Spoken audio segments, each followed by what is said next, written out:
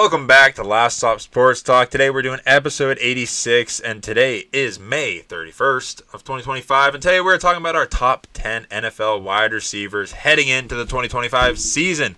So I'll preface this again like we did with our last episodes. This is based on what the player has done in the past and up to this point. And if we're looking for a player right now to take us to a Super Bowl this year, 1 year rental, we aren't looking for future ability or future guesses. We're looking for, all right, who's this player? What have they done? Can they win us a Super Bowl this year? So, without further ado, let's go ahead and head right into it, starting with our number 10 consensus wide receiver is Terry McLaurin of the Washington Commanders. This guy is kind of recently has flown under the radar quite a bit, especially last year with all the hype around Jaden Daniels and just everything new and great going on at the Commanders. But if you look at what this guy's done, like obviously we knew of him a while back, and not a while, he's still fairly new to the league, but just what he's done in the past, then you kind of didn't hear much about him this year. But you go back and look and go back and watch some games, it's like, holy crap, this dude played every game. This dude had over 1,000 yards receiving, and he accounted, the most crazy thing for like his yardage production and targets and all that is he had 13 touchdowns last year. Kind of flying under the radar, just that steady, reliable weapon for Jaden Daniels. So, yeah, I mean, this guy, he might get overlooked, but I think it's well deserving of him to be up there. Yeah, that's what I kind of think of whenever I think of Terry. I'm actually surprised that he made our top 10. We all kind of had him hovering around the 10 range. Scary Terry has been a guy who, much like DJ Moore before he left Carolina, who has always been like, man, this guy, just get him a quarterback and he can do something great. And he finally got a quarterback last year, and he was still just as great as he ever was. Obviously, his numbers didn't pop off the page. He was just over 1,000 yards for last season, as Cody said. But whenever you want, he is just the typical like alpha receiver that you want. He's not loud. He's not like no crybaby. He just goes out there, does his job. He doesn't care if he has Taylor Heineke throwing him the ball. He's still going to go out there. He's going to get open. He's going to be that guy, the lead by example, just kind of player who is going to be a great wide receiver one for your team. And that's what he's been ever since he came into the league. And he was just a great, I'm sure, mentor for Jaden Daniels in helping him transition to the NFL. And definitely deserving of a top 10 spot for us. Yeah, following Jaden Daniels as tightly as I did, everything coming out of the Washington locker room about Terry McLaurin was great. They're saying that he doesn't care if he gets 0 targets. He just wants to do whatever he can to help the team, whether that be a decoy or taking double coverage away from other guys. He just wants to help out his new rookie quarterback, and he said his long-term success in learning is more important than him just force-feeding the ball to one guy right now. 5 straight 1,000-yard receiving yard seasons. I don't think he's going to get to Mike Evans' level because he's already 29 years old, but yeah, it's still cool to see. For sure. Our number 9 consensus wide receiver, T. Higgins of the Bengals. Yeah, T. Higgins is one of those guys that also flies under the radar. He's always in Jamar Chase's shadow, but when healthy, that's the key here, when healthy, he has some serious injury problems. He's shown that he can be that wide receiver one, and this year especially, the Bengals even used him as the wide receiver one sometimes whenever he was healthy, getting 10, 12 targets a game, while Jamar Chase took a backseat, only getting 8 to 6 targets a game. And he showed that he can make those crazy catches. He can work in the short yards. He can work downfield. He just needs to stay healthy, and then he'll truly be dominant. And I think that other teams are going to really value that and make another push to go get him if he can stay healthy this season. I love watching T. Higgins, man. He makes some of the craziest catches I've ever seen. And you kind of forget that he's 6'5" sometimes. And whenever he's out there with Jamar Chase, you also kind of forget about him. And the DBs seem to forget about him too. So Joe Burrow just goes to the guy who's open, goes to T. Higgins. And I can never stop thinking about it. It will live rent-free in my head for forever. But that one T. Higgins catch, again, it was the end of the 2023 season. Bengals, of course, were the outside looking in, trying to scrape for a playoff spot, as they usually are. Yeah. And T. Higgins, it was a chuck downfield by Joe Burrow. It was like they had to get a touchdown on this play, just kind of saving the clock. And T. Higgins, it was just a jump ball. He went up, he caught it, and he was about 2 yards short of the goal line. He was getting tackled by a DB. He reached the ball out with one hand and swung it around past the past the pylon, and it was one of the most amazing catches I've ever seen. But he's not just that. He can run routes, too. And I'm very happy that he made our top 10 because it just shows how great this Bengals wide receiver core is to have. Spoiler alert, Jamar Chase is also in our top 10. But T. Higgins is just an amazing player who gets way too much disrespect because he is the number 2 on his team. But I'm so glad he got paid and will be staying on the Bengals because he's exciting to watch. Yeah, he's a one wide receiver all day, just stuck behind someone that's one of the best to ever do it, possibly. So, yeah, he's big, dominant, just your big, tough receiver that is always going to be there, always making incredible catches, has solid hands. And, yeah, it's just if he can stay healthy, but he's definitely deserving of a top 10 spot, and that's crazy to say for a number 2 on a team. But there's no doubt about it with what he's done in his portfolio. And nice. Yeah, wow. Good.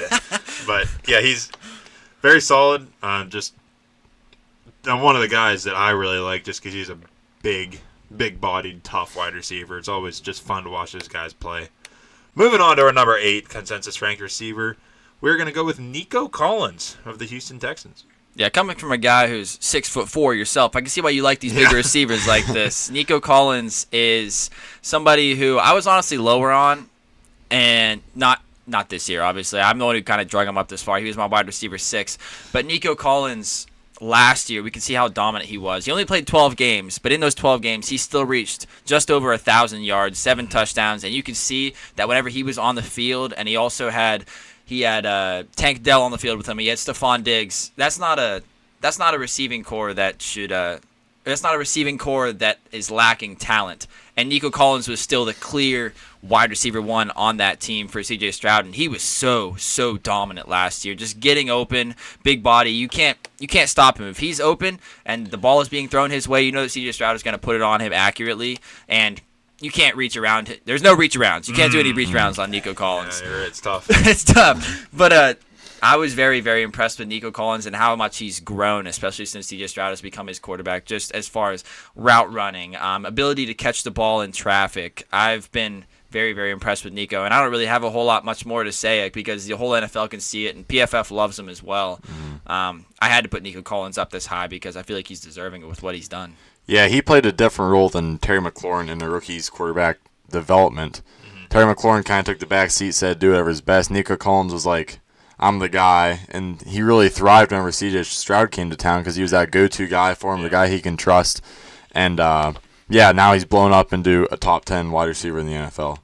Yeah, he started off hot with C.J. Stroud, and he's just carrying it on, and he still flies under the radar. I mean, there's still your casual NFL fan is going to be like, who's Nico Collins? Like, what team is he on? But, man, you watch this guy play. He plays like he's a top 10 receiver in the league. He's just dominant. He's confident. He's big. He's got strong hands. He's everything you want in a receiver, again. I mean, he's just ultra reliable, and he can dominate when he needs to. Our number 7 consensus ranked wide receiver is Amon-Ra St. Brown of the Detroit Lions. Man, the Sun God is a guy that I can't quit. He's my number 4 wide receiver. You guys had him slightly lower, but ever since he came into the league, he's one of those guys. He was like the 22nd wide receiver drafted in his draft or something, and he can name every single wide receiver. Kind of ridiculous, kind of stupid that he would dwell on that, but he's definitely proven his point as a 4th-round pick coming out of that draft, and just the moxie that he carries with him, at his small size, the fight. He is that Dan Campbell type of player that you can put him in the slot. You can play him outside. It doesn't happen too often, but I have confidence that this guy will get open, and then he will fight for everything that he has after the catch. He is the clear number 1 option on this Lions team, and he is just a great example of everything that Dan Campbell wants out of a player, everything that Dan Campbell dreams of, has wet dreams about. Definitely. That's Amon-Ra St. Brown. Yeah, he has blue hair. Blue. And I just had him a little lower because I don't think he's better than these other guys that are built more like a 1. He's smaller. I don't know if he went to another team if he would succeed as greatly. But I do recognize how much success he's had in Detroit, and he's that go-to guy. He's tough, like Kean said, and he can do everything he needs to greatly. Yeah, he's the perfect team player, and he kind of, I don't know if it's fair to say, is it fair to say he kind of flew under the radar this year? Also, yeah, because he had I think I can say he had a down year. Yeah. But still, he had 1,200 plus yards. Yeah. And so it's kind of crazy to say, and 12 touchdowns. He's never really gotten a lot of hype. Last year, it was the Sam Laporta hype because rookie tight end. This year, it was like, oh, Jameson Williams is here. Yeah. Which he did get better. But, I mean, Amon-Ra is still a 1,200-yard receiver, 12-touchdown guy. And it's crazy. He had 100 receptions, and he's just awesome. And if we think back, because it's fun to think back, this was Amon-Ra St. Brown was one of the first guys to really open up this Detroit Lions team. Yeah. And, like, start this era of the Detroit Lions, of Dan Campbell dominating, like, down the field football. Like, him paired with Jared Goff was a match made in heaven, and it's still riding on and riding out. And, yeah, it's just awesome to see. This dude's just the ultimate team guy. Impossible not to root for. And, yeah, he's a guy that'll do anything, do whatever it takes to win. And that's been clear over the past few years. Yeah, last 3 seasons, he got a 90-plus receiving grade in each of those past 3. And ever since he came into the league in 2021, he has never had less than 912 receiving yards in a season, which is crazy. Yeah. Because he came in, and I had him in fantasy the first year in 2021, and it was like their usual rookie receiver. The first half of the season was kind of slow, but then the second half he just took off, and you kind of realized, like, okay, this guy is elite, and that's exactly what he's been. Yep. Our number 6 consensus ranked wide receiver is A.J. Brown of the Philadelphia Eagles. Now, this guy, definitely, people will say he had a down year this year. He's washed. He's whatever. But to me, I had him as my 4 going into this. If I want a guy to win right now, I think he's, like, people forget just because they've been clouded by this past year, but people forget the domination factor that A.J. Brown has. He can take over a football game. He is one of the top wide receivers in the league. He's big. He's got strong hands. He's ultra reliable. He can get open. He can run routes. He'll block. Like, he's one of these do-it-all wide receivers that deserves to be one of the top ranked. And he was hurt this year a little bit and missed some games. But other than he's not normally that way. He's had a really good track record of being healthy and just great years in the past. And I think he's still got all the ability that you'd want in your top guy. Yeah, the past 2 seasons before Saquon came to town, and the regular season, he had almost 1,500 yards both seasons, and he just took a back seat this year because they're running the ball, huh? Saquon, and when you take a back seat and you still get 1,242 yards on the season with postseason, then you know that he's probably elite. PFF loves him. Like Cody said, he's dominant, big body. Jalen Hurts isn't even that accurate, and A.J. Brown always makes it work. We might have him ranked a little low here considering how dominant he has been for such a long time, but I just couldn't put him much higher than 5 because these other guys ahead of him are incredible separators, and A.J. Brown kind of lacks in the route running and separating aspect of his game. I'd agree with that. I mean, he can do everything else, though, just like you guys said. And everywhere he's been, he's propped up whatever quarterback he's been there with. I mean, Tanner McKee. Kenny Pickett made him a Super Bowl winning quarterback. Brought Ryan Tannehill to the playoffs twice, with one time with the number 1 seed. The other time, did they make it to the AFC Championship in 2020? I think they did. I think so. Did they? They were one of the top contenders. Pretty sure. And then they backed it up after that with the number 1 seed season. But anyways, if you can make Ryan Tannehill look really, really good, then I think you yourself are really, really good. And he's another guy who's ever since he came into the league, or I guess the past 5 seasons, his receiving grades have been 90.9, 90.0. Oh, wait. Hang on. Wrong numbers. Reset.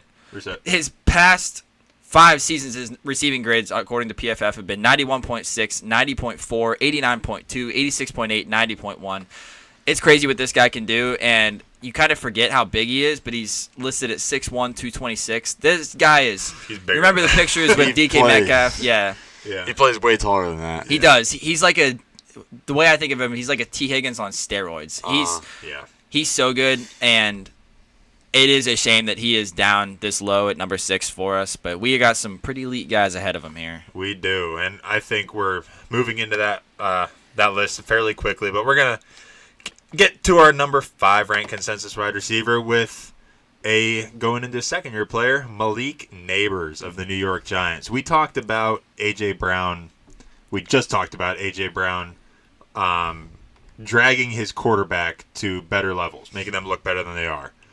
how much better is that said than what Malik Neighbors did in New York? I mean, this guy, rookie, comes out. We're all high on him, of course. I mean, Draft Brothers, we got it. But Malik Neighbors last year ended up with 1,200 receiving yards, 170 targets. In 15 just getting games. Peppered, yeah, in 15 games. And, like, we all know New York Giants team was gross last year. Stinky, gross, bad. And Malik Neighbors still comes and pulls it out and does his absolute best. So this guy is like, I don't know how you can't look at this guy and be like, wow, this dude's elite. I mean, what he did in college, everyone saw. He was incredible. And then he comes into the NFL and does arguably better than he looked better than he did in college, which is not normal. He's a dominating factor, and he's just so good, and it's entertaining to see. He's fast, quick, reliable. He's not as big of a body, but man, his hands, he catches everything thrown in his direction. Everything. Yeah, great yards after the catch guy too. And last season, I thought he was already, before he even played an NFL snap, he was already on the fringe of top 10. This year, now he has a year under his belt, he proved he can do it at the NFL level. He's already a top 4 wide receiver for me. And I don't think that's too crazy to say. No, because he's number 3 for me. Yeah. Yeah, like Cody said, bad team, and he still produces. I foresee him having a Terry McLaurin-like career. Just the quarterback is going to be all over the place for his whole career, but it's just going to be 1,000 yards, 1,000 yards, 1,000 yards over and over again if he can stay healthy. And he can separate. He can beat you down the field. He can work in the short area screens, kind of Jamar Chase-like. He just needs a couple more years in a quarterback to really solidify himself in that top 2 or 3. The only hiccup in Malik Neighbors' rookie season was whenever he got concussed, and then he showed up at Travis Scott concert. That's the only negative thing you can say about him, because everything else on the field he did like stupid great at. It like there were games that he kept the Giants in that they had no business staying in, because he's just making crazy sideline catches, getting drilled too. That I remember the specific play that he got concussed on. I think he still came down with the ball, but he got absolutely killed on the sideline. Because it hospital ball from Danny Dimes. Yeah, but throwing dimes, Danny. But it really is fun to watch Malik Neighbors play, and how he took off on the Giants immediately. Just kind of has to, obviously people are saying like, oh man, best Giants receiver since Odell Beckham. Like, I think this guy's going to be even better than Odell Beckham. He came onto the scene and just star already, concussed or not. Yeah, he's just, I don't know. I mean, you go into a game playing the Giants, the other team knows, all right, we basically only got to stop Malik Neighbors. And he still goes out and dominates and gets open. It's uber impressive to see that, especially for someone so young. Moving to our number 4, who's actually tied for 3rd. We got 2 guys tied for 3rd here, but our first one is CeeDee Lamb of the Cowboys. So we keep talking about guys that took steps back this year. CeeDee Lamb is definitely one of those guys. Only played 15 games, almost 1,200 yards, 6 touchdowns, 100 receptions. We saw previously that he could do it. Last year he was amazing. The stats popped off the page. But I think he still is that guy. He just needs some help around him, take some targets off him, stay healthy, and I think he can get back up into that top 3 where I think he should be. I have him number 3. I also just have him number 3 so the poop doesn't come up my neck because he's a Cowboys fan. But no. Shout out. Yeah. All seriousness, I think CeeDee Lamb is one of the best route runners in the NFL, some of the best hands in the NFL, and I think that he deserves to be number 3. I mean, is CeeDee Lamb's attitude always right? No. He is that alpha wide receiver 1 in his head and on the field as well. He is just super strong. Sometimes I would hate on him in the past historically because he plays a lot out of the slot. And in 2023, I mean, he played more out of the slot than Amon-Ra St. Brown. And I view Amon-Ra St. Brown as a slot receiver. But CeeDee Lamb was in the slot even more than him. It doesn't really matter because CeeDee gets open. He wins no matter what. He is the clear number 1 option for Dak whenever he's out there. And I think that CeeDee is definitely deserving of a top 5 spot. That shouldn't be argued. And this is finally making Jerry look pretty smart for drafting CeeDee Lamb. Whenever they had other needs on that team, back whenever CeeDee Lamb was drafted, CeeDee Lamb is definitely another just great number 88 wide receiver to go through Dallas. Yeah, there's not much more to say. He is another dominating force. Yeah, you get him out there. He's so strong, so reliable. Yeah, sometimes his attitude may not be right, but maybe it's blown up because it's Dallas, and that's what happens in Dallas. Everything's under incredible amount of spotlights, And sunlight. A lot of sunlight. Not a lot of water. Not a lot. No water. Oh, he probably needs more water. Yeah. That's probably the issue. Mexicans. Lots of Mexicans, though. Yeah, that's probably true. Yeah. Yeah, so he's super good. Yep, super good. All right, let's move into our other guy that's tied for third, Puka Nacua of the Rams. Yeah, I'm the one who has Puka Nacua up this high. I have him as my wide receiver 3. I'm happy that he's up here tied for our wide receiver 3 because Puka is just a guy. I love the underdog stories. Everybody does. But the underdog story of Puka Nacua is absolutely crazy. I remember watching film of Puka Nacua. He was just a guy at BYU that would just be used for mostly screens, yards after the catch things. And I was so close to making him as my guy that year. And I had Rashee Rice as my guy that year. Very similar style of receiver. And then Puka Nacua just comes into the NFL and working with Sean McVay. They didn't have a number 1 receiver, really, because Cooper Kupp was coming off an injury. Surprise, surprise. Puka Nacua came out and was just absolutely amazing. And this guy takes some of the most brutal beatings that I've ever seen, and he walks away. He's like, basically, the Avengers. Well, the Avengers are like, we saved the city, and the city's like all destroyed. Well, like, Puka Nacua is the city that's like getting destroyed.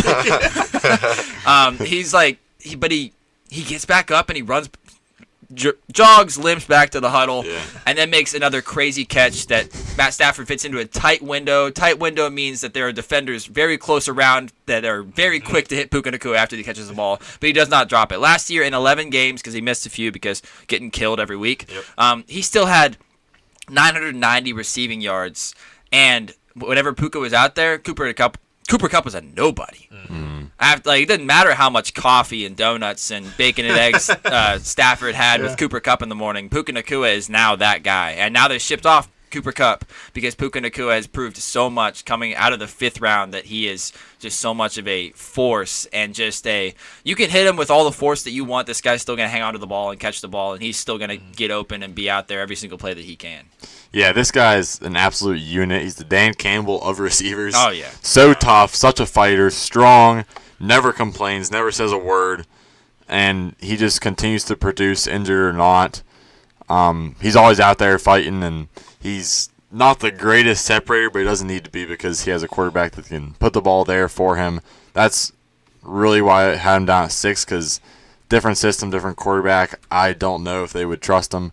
But this team does, and he always comes down with it more often than not. Yeah, he's so good, so big, so fun to watch. He's got that Polynesian toughness that we always see in the linemen. That looks are like so Jesus. Good. Oh, man. He's got good hair. I think it looks like Lord Farquaad. Oh, yeah, this dude's so exciting to watch. He's come into his own, and he's got such a good head on his shoulders, good hair. But, yeah, good attitude, just what do you need, coach? I'll do it. I'll literally go get my head taken off to catch this football. And he will. So he's just such an awesome dude and awesome player, and is really came in quickly as one of the best in the league. Moving to our number 2 consensus ranked wide receiver, Jamar Chase out of the Bengals. I personally had him 1. Let's start that there, but because this is your Triple Crown winner. This dude had 1,700 yards last year on 127 receptions. He played all 17 games. He accounted for 17 touchdowns on the Bengals. And this year really was his highlight year, but he's been dominant every year he's been in the league. He was that guy coming out of college. He backed it up in the NFL and is only getting better with his buddy Joe Burrow, throwing him the football and trusting him. This guy is one of the most reliable and trusted receivers in the league as far as hands go and availability. And I know he's had injuries, I guess, but this year proved that past injuries don't matter. He played all 17 games and had a massive amount of production. He's just so dominant. I mean, we went and watched this guy in person, and there was no covering him. Not on the Steelers. Not on the Steelers, no. Which is not on most teams. You can see that he is different. This is one of the receivers in the league that is literally built different. He's so fast. He can run so many routes. He can get in and out of breaks so fast, and he's incredibly impressive. Yeah, and this is a guy who, dude, these LSU receivers, I get there's the whole argument, Ohio State or LSU. Like, if you want quality or quantity, you go to Ohio State because they've got the Marvin Harrison Jr.'s, the JSN, Chris Olave, Garrett Wilson, and so on and so forth. If you want quality, like some of the best receivers in the league, Justin Jefferson, Malik Neighbors, Jamar Chase, obviously, crazy. BTJ. Yeah, BTJ, crazy what LSU can do every single year. And Jamar Chase is a guy, we said it before last year, I don't even want Jamar Chase to practice. The offseason that he sits out, he comes back and he is an amazing receiver. So good. Like, this guy should just like sit on the couch and watch TV and eat potato chips every single offseason, because I know we were like a little bit concerned last year. One of us was concerned last year coming in because he's like, he might be sitting out this past offseason due to contract concerns, and he did sit out for like OTAs and stuff. I don't think he was there. Then he never even got paid, but he eventually came back whenever he was required to, and he put up the Triple Crown season, just absolutely amazing. He also sat out the COVID year, and sat out. He played freshman year, sophomore year, sat out his junior year, and then went to the NFL draft. And then he came in to the NFL. Preseason was a little bit rough, but doesn't matter. Yeah. Drops, yeah. And then everybody was scared. Yeah, Man, he can't catch an NFL he's football. washed. Yeah. Yeah, and then he had one of the best rookie Dominant, receiver seasons that I've ever seen.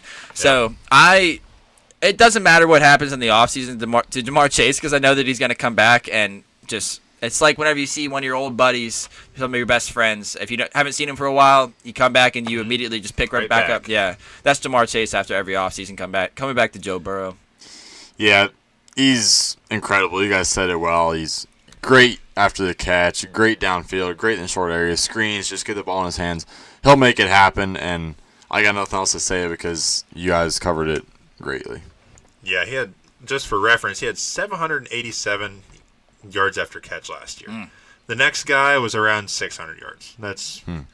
He's just dominant. So we'll move to our number one ranked wide receiver here, Justin Jefferson of the Minnesota Vikings. Yeah, Justin Jefferson is incredible, even though he did have a down year last year, which really puts into perspective how great he is if last year was a down year. Injuries the previous year before. But Justin Jefferson is... This year, he proved that he may be quarterback-proof to an extent, making Sam Darnold work. And everybody's going to ask why Justin Jefferson over Jamar Chase after the season that Jamar Chase just had. For me, I think Justin Jefferson is a little bit better at, I'll call it true route running and contested catches. I think Jamar Chase is better after the catch in the short areas, but if you want a guy to work across the middle or you... 3rd and 10, you have to have it, 12 yards. I'm taking Justin Jefferson over Jamar Chase. I think he's a little stronger at the catch point, a little longer at the catch point, and he's shown that he can make crazy catches no matter where you put the ball, whereas Jamar Chase, I don't think he doesn't have as big of a catch radius, and if you're getting a first down off a 3rd and 10 with Jamar Chase, it's probably going to be like 6-yard slant that you let him go 4 yards or a screen play or something. I just feel better about relying on Justin Jefferson as my wide receiver one when you got to have it. It's all about route running for me. Justin Jefferson, if I had to pick one guy in the NFL for $1 million to get open, I'm picking Justin Jefferson. Does he look like the most dominant receiver like an A.J. Brown, like a Nico Collins, or any guy like that that's just going to scare you and put the fear of God in you? No. But this guy is he's a great wide receiver, and he's done it ever since he came into the league.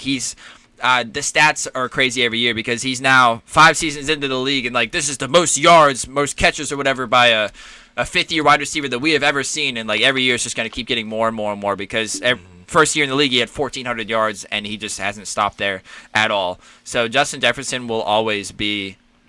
He's the best receiver that I've ever seen because spoiler alert, I'm not old enough to watch Jerry Rice or any of those guys. What? Yeah, I know. No. But Justin Jefferson is just amazing to watch because he does everything that you want a wide receiver to do, and he does it with amazing flair, and he's got to be a Hall of Fame. Yep. And that first season with 1,400 yards was even more insane than it looks on paper because, first of all, only 16 games. Second of all, the first 3 weeks he was pretty much a nobody because he was behind.